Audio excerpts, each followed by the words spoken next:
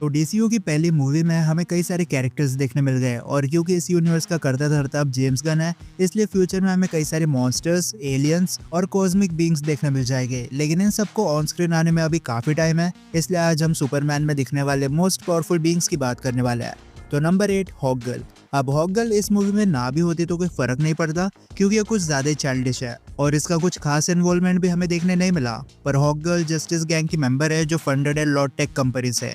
अब हॉकगर्ल को specific Meta human का नाम नहीं होता है, जिसे ब्लैक पैंथर के टाइटल्स टाइम के साथ पास ऑन होते हैं, उसी तरह हॉकगर्ल का टाइटल वर्दी बींग्स को दिया जाता है। और हॉकगर्ल बनने के बाद एक आम इंसान के पास एनहांस स्ट्रेंथ और ड्यूरेबिलिटी आ जाती है। उड़ने के लिए विंग्स और वेपन्स के तौर पर एक मेज देखने मिल जाता है। ये बात अलग है, इस हॉकगर्ल की पावर लेवल काफी ज्यादा डाउनसाइडेड देखने मिली, जिससे काइजू को नॉक करना इसके लिए बहुत बड़ा टास्क बन गया था। जबकि इसके पास एंथ मेटल से बने वेपन्स है जो मैजिकल होते हैं। इवन इन मेटल से बने हथियार से गॉड्स तक को हर्ट किया जा सकता है। बट आई होप अब फ्यूचर में जब हॉकगर्ल हमें फिर से दिखेगी तब उसे थोड़ा मैच्योरिटी के साथ हमें शो किया जाएगा। Number 7, kaiju. ये एक ऐसा मॉन्स्टर है जिसे लेक्स लूथर ने सही टाइम पर यूज करने के लिए रखा था, और जब फोर्ट्रेस ऑफ सॉलिट्यूड से डाटा चोरी करना था तब इस काइजू को यूज करते हैं एज ए डिस्ट्रैक्शन। ये काइजू इजीली बिल्डिंग्स को डिस्ट्रॉय कर देता है और हॉकगर्ल ना तो इसके आंख को डैमेज कर पा रही थी और ना ही ग्रीन लैंटर्न अकेले इसे कंट्रोल कर सकता था। बट ये काइजू अपने मुंह से फायर प्रोड्यूस करता है।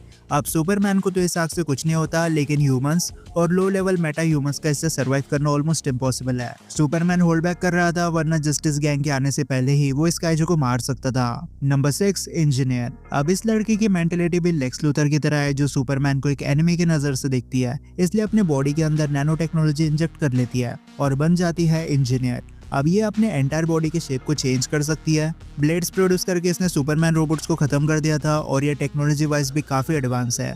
क्रिप्टोनियन टेक्नोलॉजी के सिस्टम में घुसकर करप्टेड फाइल्स को रिकवर करना कोई छोटी बात नहीं है। पर इंजीनियर ने काफी टफ फाइट दी थी सुपरमैन को। इनफैक्ट अगर सुपरमैन के पास फ्लाइंग एबिलिटी ना होती तो इंजीनियर वैसे ही सुपरमैन की लंग्स को ब्लॉक कर चुकी थी। कायल इस सिचुएशन में ज्यादा देर तक जिंदा नहीं रह पाता। Number 5, mister terrific. अब माइकल हॉल्ट भी जस्टिस गैंग का मेंबर है, जो सुपरमैन का काफी अच्छा दोस्त है, पर ये बहुत ज्यादा अमीर है। ऑफ कोर्स ब्रूस वेन जितना अमीर नहीं है, पर इसके पास भी हाईटेक एक्सपेंसिव गैजेट देखने मिल जाते हैं। मिस्टर टेरिफिक की ऑलमोस्ट सारी एबिलिटी टेक्नोलॉजी पर डिपेंडेंट है, जैसे इसके टी स्पेयर्स, जिन्हें मिस्टर टेरिफिक अपने ब्रेन से कंट्रोल करता है। ये स्पेयर एनिमी पर अटैक कर सकता है, एनर्जी शील्ड बना लेता है, और टेक्नोलॉजी को हैक करना इन स्पेयर्स के लिए बहुत छोटी बात है। वैसे तो मिस्टर टेरिफिक खुद आर्टिफिशियल इंटेलिजेंस का यूज करता है एज ए सुपर पावर, इसलिए टेक्निकली मिस्टर टेरिफिक की कोई पावर लिमिट्स नहीं है। पर फिर भी यह बंदा इस मेंटालिटी से चलता है कि किसी बंदे के पास सबसे ज्यादा पावर होना प्रॉब्लम बन जाती है, इसलिए अपने एनिमी पर डायरेक्ट अटैक करके जितनी जल्दी हो सके उसे टेक डाउन करने की कोशिश करता है। नंबर 4, मेटामॉर्फो। अब रेक्स मैसन एक ऐसा मेटा ह्यूमन है जो एलिमेंट्स को ट्रांसम्यूट कर सकता है। ये अपने बॉडी से किसी भी टाइप के सॉलिड, लिक्विड, गैस और मेटल्स को फॉर्म करता है। इवन क्रिप्टोनाइट बनाना इसके लिए बहुत छोटी बात है।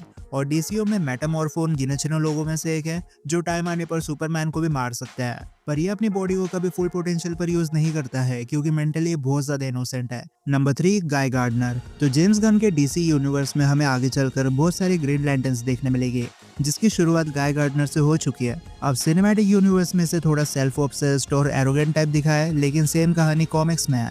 पर गाय गार्डनर ने as a Green Lantern different rings को यूज किया है और हर बार प्रूव किया है कि वो कोई भी रिंग बिल्ड करे वो सबसे पावरफुल लैंटर्न में से एक रहेगा।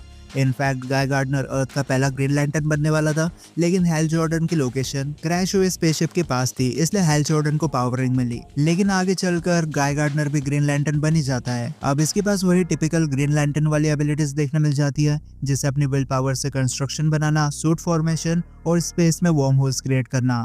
बस फर्क इतना है कि अब तक जितने लैंटर्न्स को हमने सिनेमैटिक यूनिवर्स में देखा, उनके एनर्जी कंस्ट्रक्शन काफी हार्ड और शार्प इफेक्ट में देखने मिलते थे, पर गाय गार्डनर के कंस्ट्रक्शन थोड़े सॉफ्टवेयर साइड होता है, all thanks to James Gunn. अब क्योंकि गाय गार्डनर सबसे वर्दी ग्रीन लैंटर्न्स में से एक है, इसलिए फ्यूचर में इसे काफी बेटर फील्ड्स देखने मिलेगी जब ये स्पेस मिशन पर जाएगा। Number 2, Ultraman. तो इस यूनिवर्स में सुपरमैन को 3 साल हो चुके हैं अपनी पावर्स को यूज करते हुए, और वो काफी सुपर विलन से फाइट कर चुका होगा, इसलिए लेक्स लूथर ने अपने अपने टीम की मदद से सुपरमैन के हर एक अटैक को एनालाइज किया है और फिर बनाया अल्ट्रामैन को, जो सुपरमैन जितना स्ट्रॉन्ग है और उसके हर एक मूव को काउंटर कर सकता है। और क्योंकि अभी एक क्लोन है इसलिए इसके पास सोचने समझने की एबिलिटी नहीं है, इसलिए लेक्स के कमांड पर इस रोबोट को लेटर्स और नंबर से कंट्रोल किया जाता है। अल्ट्रामैन ही हैमर ऑफ बोरोविया आर्मर पहनकर सुपरमैन को बुरी तरीके से कूट देता है और फाइनल बैटल में भी अल्ट्रामैन काफी अच्छे फाइट देता है इसे। इनफैक्ट अगर क्रिप्टो लेक्स लूथर के ड्रोन्स को डिस्ट्रॉय ना करता तो शायद अल्ट्रामैन सुपरमैन को बहुत हैवी डैमेज दे सकता था, पर हो सकता है अल्ट्रामैन फिर से रिटर्न करे फ्यूचर में